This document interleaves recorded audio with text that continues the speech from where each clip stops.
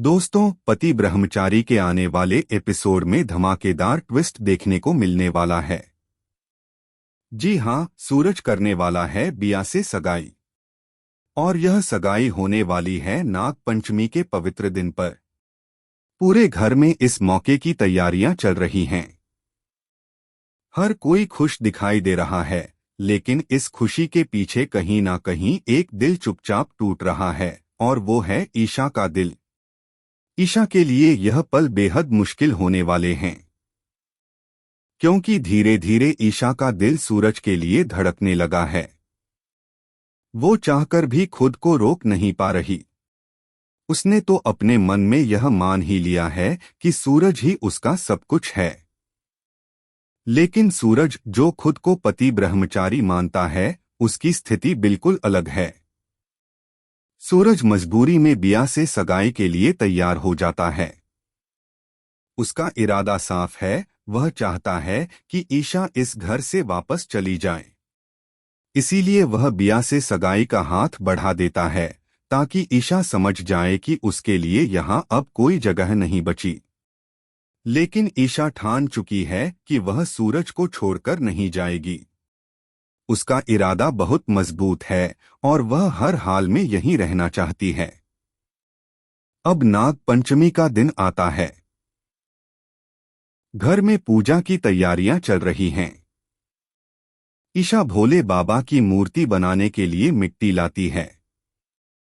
मिट्टी गीली कर वह बड़े मन से मूर्ति बनाने बैठती है।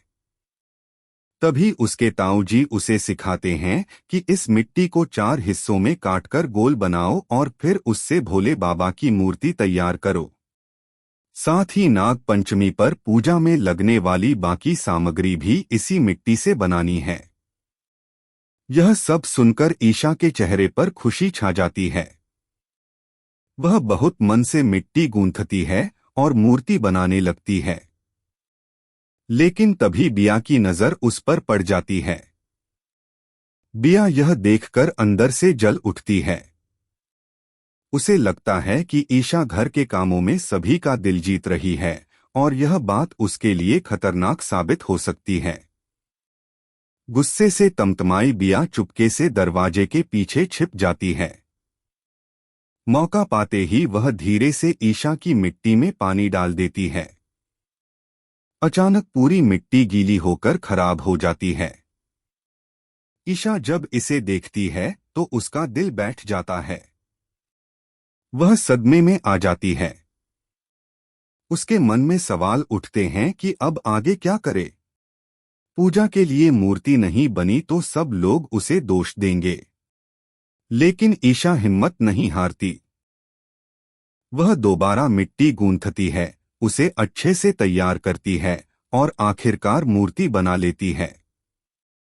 उसका धैर्य और मेहनत देखकर हर कोई हैरान रह जाता है। शाम होते होते घर में सगाई की रस्में शुरू होने लगती हैं।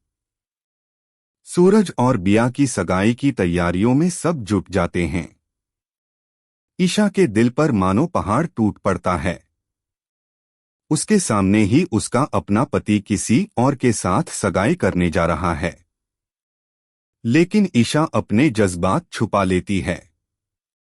वह दिल पर पत्थर रखकर खुद ही अपने पति के हाथ में अंगूठी देती है, ताकि वह किसी और से सगाई कर सके। यह नजारा देखकर बिया की खुशी का ठिकाना नहीं रहता। वह अंदर ही अंदर फूली नहीं समाती। लेकिन सूरज के चेहरे पर हल्की बेचैनी दिखाई देती है।